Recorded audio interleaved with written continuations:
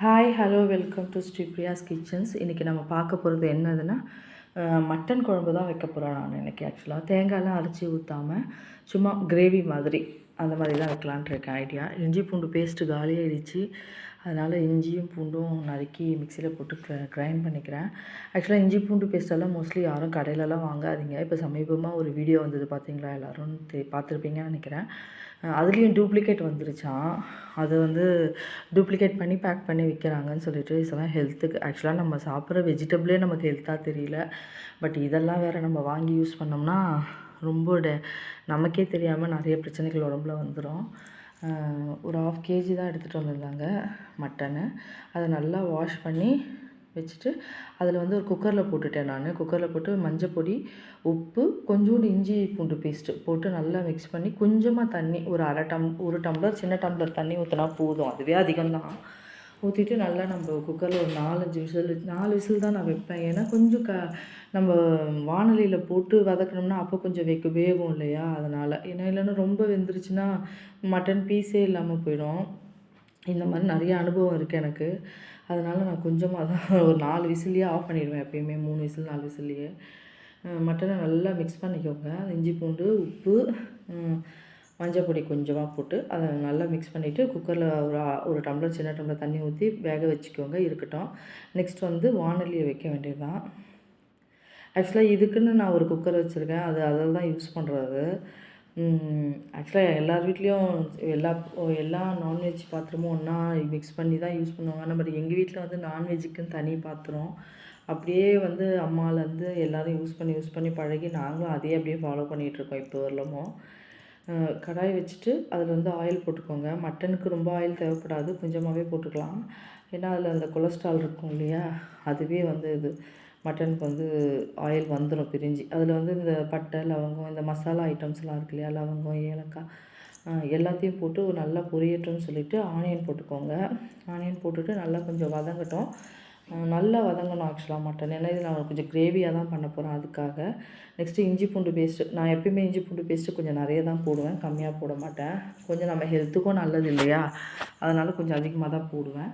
போட்டு நல்லா ஃப்ரை பண்ணிவிடுவேன். இஞ்சி பூண்டு பேஸ்ட் வந்து அந்த ரா ஸ்மெல் இல்லாமல் நல்லா ட்ரை பண்ணிவிடுவேன்.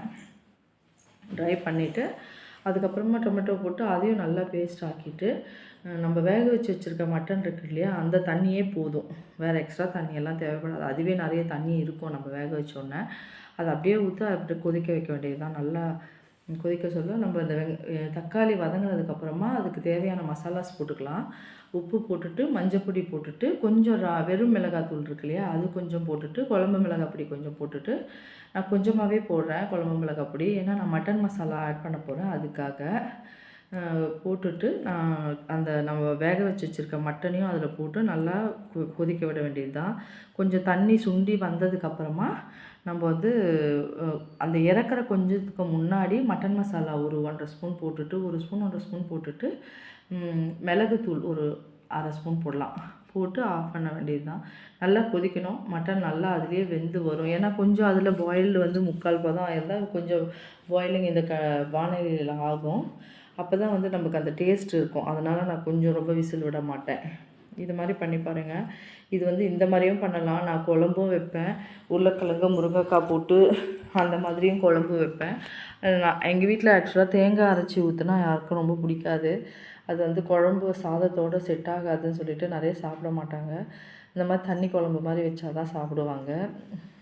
தேங்காய் அரைச்சி கிரேவியாக பண்ணால் ரொம்ப நல்லா தான் இருக்கும், ஃப்ளேவர்ஃபுல்லாக. கசகசா எல்லாம் வச்சு அரைச்சி ஊற்றினா. பட் யாருக்கும் அது பிடிக்காது.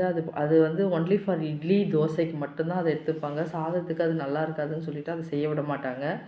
இந்த மாதிரி மசாலா அப்படியே உருளைக்கிழங்கு முருங்கைக்காய் போட்டு வச்சாலும் இந்த மாதிரி மசாலா தான். அதுலேயும் தேங்காயெலாம் அரைச்சி விட மாட்டாங்க. நமக்கு அந்த ஒரு கிரேவி கன்சிஸ்டி வேணும், ரொம்ப ஒரு திக்கானா நம்ம கொஞ்சம் ஆனியனோ டொமேட்டோவோ மிக்சியில் கிரைண்ட் பண்ணி பேஸ்ட்டாக பண்ணி போட்டு கூட பண்ணிக்கலாம். ஏன்னா ஆக்சுவலாக இந்த மாதிரி சாப்பிட்டா தான் டேஸ்ட்டும் இருக்குது. எனக்கே இந்த மாதிரி சாப்பிட்டா தான் பிடிக்கும். மட்டன் நல்லா வெந்திருக்கு பாருங்கள். இதுவே அதில் இருக்க தண்ணியே போதும். அவ்வளோ தண்ணி வந்திருக்கு பாருங்கள், இதுவே போதும். இது அப்படியே நல்லா கொதிக்க விட்டு கருவேப்பிலை, கொத்தமல்லி போட்டு மட்டன் மசாலா போட்டு கொஞ்சம் மிளகு பொடி போட்டு இறக்க வேண்டியது தான். சண்டே ஆனால் யாரெல்லாம் வந்து நான்வெஜ் இல்லாமல் இருக்க முடியாதுன்னு கமெண்ட் பண்ணுங்கள். ஆக்சுவலாக எங்கள் வீட்டில் சண்டே மட்டும்தான் எடுப்போம். மற்ற நாளெல்லாம் நாங்கள் எதுவுமே வாங்க மாட்டோம். மோஸ்ட்லி நான்வெஜ் சாப்பிட்ற அளவுக்கு ஆள் இருக்காங்க. எங்கள் ஹஸ்பண்டுக்கு வந்து நான்வெஜ் தான் டெய்லி இருந்தால் தான் பிடிக்கும்னு வச்சுக்கோங்களேன். பட் ஆனால் எனக்கும் என்னோடய சன்னுக்கும் வந்து நான்வெஜ்ஜில் அவ்வளோ பெரிய இன்ட்ரெஸ்ட் எல்லாம் கிடையாது. வெஜிடேரியன் தான் மோஸ்ட்லி. வீக்லி 1 அது கண்டிப்பாக எடுக்கணுன்ற ஒரு மஸ்ட் இதுக்காக நாங்கள் எடுப்போம், அவ்வளோதான். என்ன செலக்டடாக தான் எடுப்போம். மோஸ்ட்லி என்னோடய சன் வந்து மீன் வந்து சாப்பிட மாட்டார். அவருக்கு அது செட் ஆகாது, பிடிக்காது.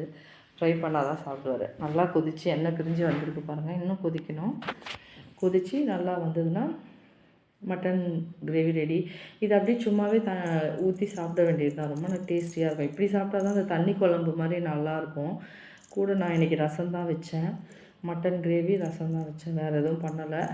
ஆக்சுவலாக சண்டே எக் ஆம்லெட் அது இதுன்னு எதாவது கூட பண்ணல இன்றைக்கி எதுவும். போதும் இதுவேன்னு சொல்லிட்டு விட்டுட்டோம். மட்டனே ஹெவி தானே, அதனால் நீங்கள் யாரெல்லாம் இன்றைக்கி என்ன சண்டே ஸ்பெஷல்னு சொல்லி கமெண்ட் பண்ணுங்கள்.